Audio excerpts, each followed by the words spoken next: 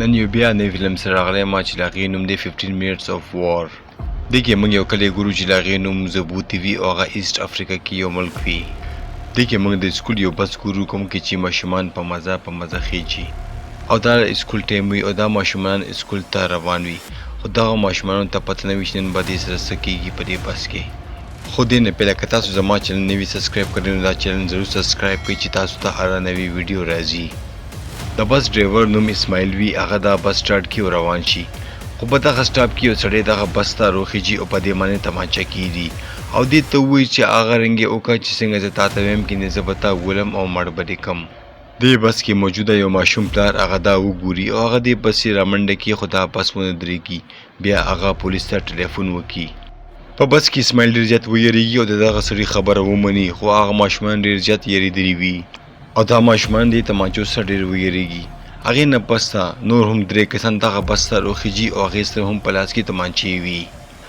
اصل کې دوی دغه بس افغوا کو او د حکومت نه څه مطالبې کوي او د هغې نه پس ته به دا واړه آزاد کړي.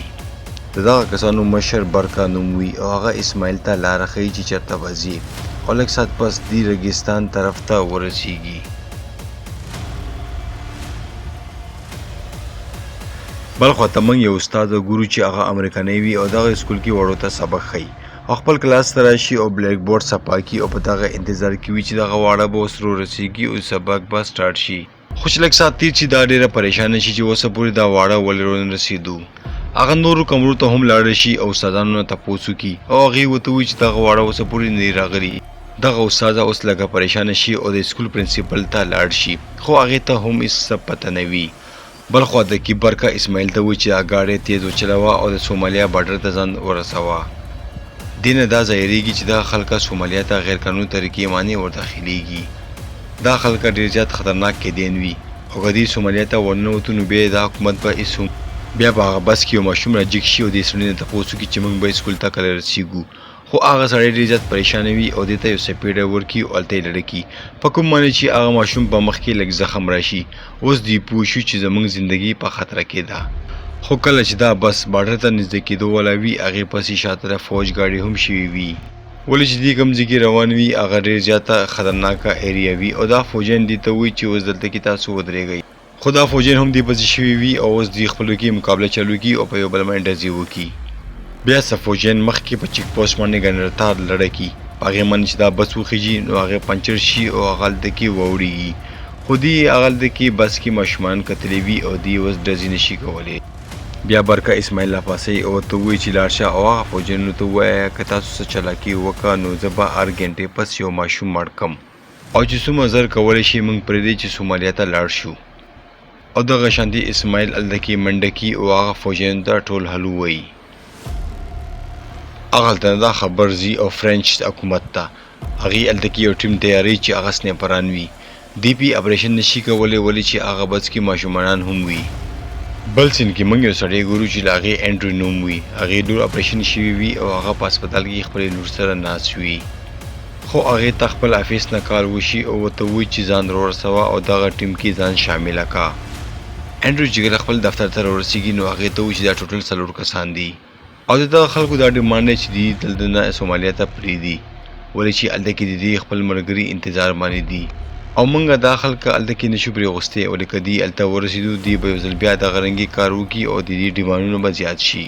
بیا له 5 کسانو ټیم جوړ شي او دوی په جاز کې هلته کې روان شي. بل خواته کې جین هم دا خبرونه اورېدلي وي او هلته کې ځان راورسوي او دغه ښځه دا ضد کوي چې ما پرېږدی چې زه بس کې دننه لاړه شم دا واړه ما څه سبق وایي او زه به دوی هلته کې هینډل کړم. خو هغه فوجي دا هلته کې ایساره کړي او نه یې پرېږدي. بیا هلته کې یو جنرل راشي او دغه فوجي ته آواز کړي او هغه بیده شي. په دغه فایده کې دا ښځه هغه بس ته روانه شي.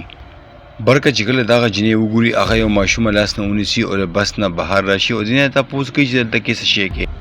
او جینه ورته وایي چې زه یو امریکایي یم په کومه معنی چې برکه ویریږي او دې ته هېڅ نقصان هم ورونه رسوي. جینه ورته وایي چې زه دغه ماشومانو استاده یم او زه غواړم چې دوی سره په بس کې کښېنم چې دوی ډاډه شي او دوی ونه یریږي. برکه دا خبره ومني او جینه بس ته دننه راولي. دغه واړه چې کله خپله استاده وګوري نو هغې ډېر زیات خوشحاله شي. خو کله چې جین دا ماشومان داسې بې بسه ویني هغه ډېره زیاته خفه او پریشانه شي. ولې چې کله دې دا تپوسو کې چې کم ماشوم وږی دی نو ټول ماشومان خپل لاسونه اوچت کړي دا ورته له خوراک څه بندوبست نشي کولی او دې ته دا هم پته نه وي چې کومه پورې به دې دغه بس کې په ګرمۍ کې ناست وي بل خوا ته اندرې هم را رسېدلی وي او هغه خپل ټیم سره په ایرپورټ ناست وي او دغه ځای ته زر تر زره ځان رسولو کوشش کوي او دوی په یو جیپ کې کینی او دغه بس په لار روان شي بیا په هغه بس کې ټول واړه اوده شي خو یو ماشوم کوم چې دغه سړي والی و له هغې مخ ډېر زیات زخمي وي او ډېر زیات خوږ شوی هم وي جین برکه ته ځي او ته وایي چې زموږ سره یو ماشوم ډېر زخمي دی او موږ ته پکار دی چې هغه هسپتال ته ولېږو خو برکه داسې کولو نه انکار وکړي بل خوا ته هغه سنیپران هم دغه بس ته ورسېږي خو دغه جنرال دی چې وګوري نو هغه څه خوشحاله نه شي دغه جنرال دوی نه تپوس کوي چې تاسو چا رالېږلي یې هغه ورته وایي چې موږ جرمنیانو رالېږلي وو چې موږ به دغه واړه بچ کوو او ریسکیو کوو به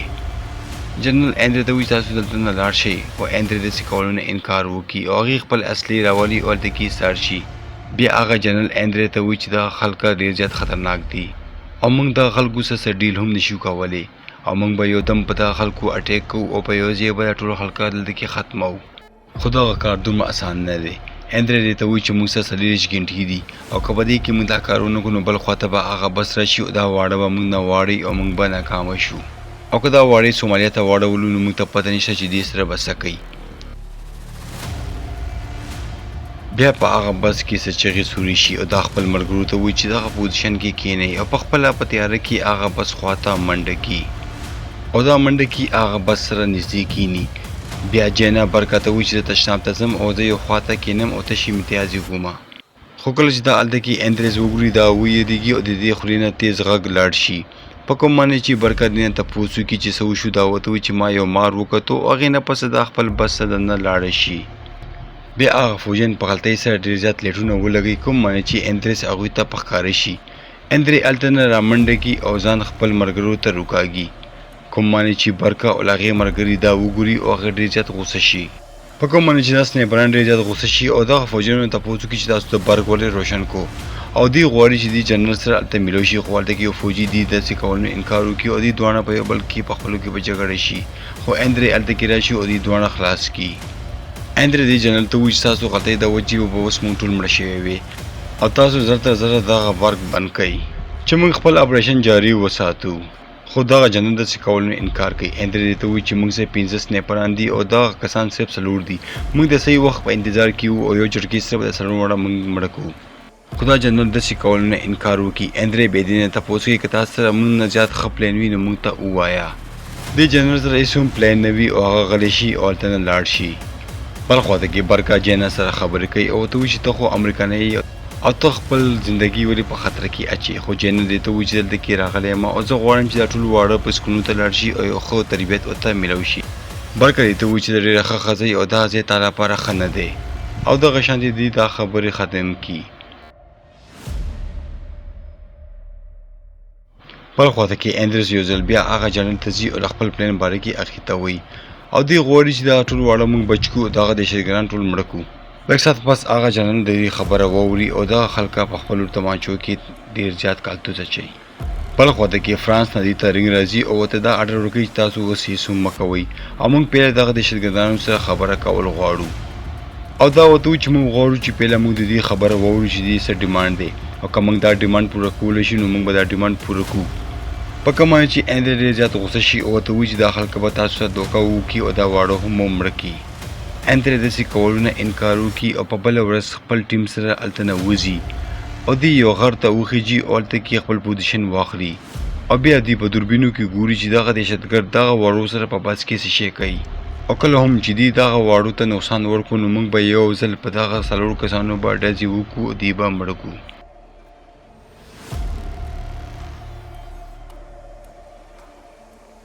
لږ ساعت پس دی یو فوجي هغه بس ته ولېږي او په لاس کې څه خوراک هم ورکړي او هغه برکه ته ووایي چې موږ تا سره خبرې کول غواړو خو برکه د دې دا خبره ونه مني بیا هلته کې یو ماشوم راپاڅېږي او دغه فوجي شاته پټه شي او ورته وایي چې زه دې سره هلته کې ځم په کوم معنی چې برکه ډېر زیات غوسه شي او هغه د ماشوم باندې تماچه ونیسي او هغه نور واړه هم ویرېږي او هغې چغې چالو کړي جین دغه واړه غلی کولو کوشش کوي خو هېڅ هم ونه شي بیا برکه غوسه شي او هغه فوجي ولي او هلته کې مړ کړي اندرې هلته کې پاڅېږي او جنرال ته لاړ شي ورته وایي چې هغې خلکو ستاسو یو فوجي مړ کړو او تاسو ولې داسې غلي ناست دی او څه اکشن نه اخلئ. بل خواته کې جین برګه ته لاړ شي او ورته ووایي چې هغه ماشوم حالات اوس خرابېږي او اوس به موږ ضرور هغه ماشوم بیرته لیږو او یا دې ته اجازه ورکړه چې ډاکټر دغه بس ته راولېږي. خو برګه دې ته ووایي چې داسې هېڅ هم نه شي کېدی او دغه خلکه به دلته کې وي او موږ به هلته کې.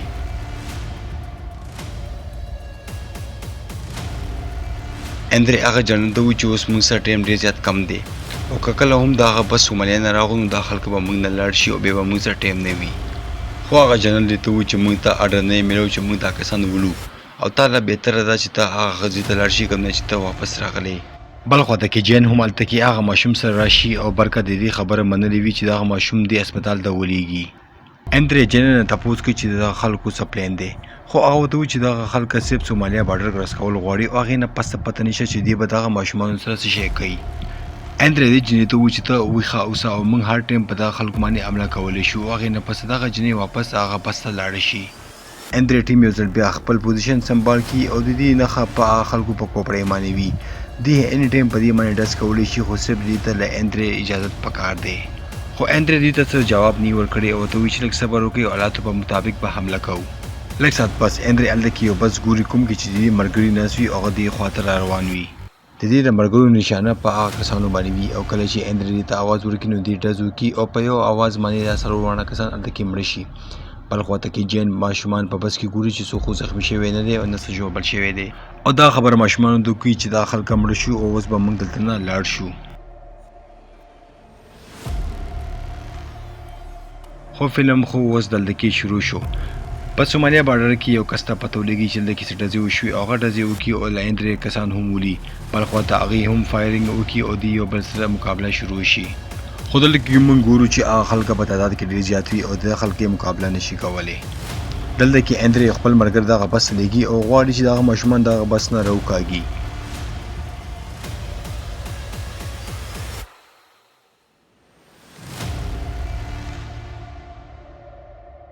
خو دا ډزې دواړو مخونو نه چالو وي خو دلته کې دشمنانو تعداد اوس کمیږي او دا ورو مړه کېږي. د بس نه هم په دې باندې ډزې کېږي او څه خلکه د مورچې نه هم دې سره مقابله کوي او دې ته اوس پته ولګي چې اوس دا مقابله موږ بیرو. بیا دې په منډه کې بس ته راشي او دې بس کې یو ګرنیټ لړه کړي. خو هلته کې یو فوجي منډه کړي او دا ګرنیټ راوالي او بهر یې لړه کړي او دې سره دلته کې څه نقصان ونه شي او دا واړه بچ شي او دغه دهشتګرد هغه بس نه په ریورس وتښتېږي او په دې فایده کې اندرې هلته نه ماشومان وکاږي او دې بس نه سیرته کړي. خو د دې نظر په هلته کې یو ماشوم یې باندې پرېوځي کومه چې زخمي شوي وي او هلته کې مړه وي په کوم باندې چې جین ډېره زیاته ویرېږي ولې چې دا بې قصوره ماشومه وه. اندرې بیا هغه جنرال خواته ځي او هغه جنرال دې ته مبارکباد ورکړي. خو دا وته چې ته څنګه سړی موږ سره دومره ډېر خلکه به جنګ وو او تا خپل فوج او مور راونه لېږلو او موږ سره دې څه مدد هم نه کوو. دغه جنرال ورته ووایي چې زه ډېر زیات خفه شوم په دې ماشومې باندې خو موږ ډزې نه شي وې کولی ولې چې هغه سایډ نه به هم جنګ شروع شوی وی او دغه شانتې په دوو ملکونو کې به یو ځل بیا جنګ شروع وی. بل سین کې موږ دا ماشومان په ایرپورټ باندې ګورو چې د دې مور پلار هلته کې ولاړ وي او کله چې دوی خپل بچي وګوري نو هغې ډېر زیات خوشحاله شي. جین هم اندر ته غاړه ورکړي او ورته وایي چې ستا په بهادرۍ په وجه دغه ماشومان دلته کې بچ شو او موږ دا جنګ وګټلو او که موږ د فوج په تمه ناست وي نو اوس کېدی چې دغه ماشومان به د غلطه کې نه وي او سومالیا کې به اغوا وي.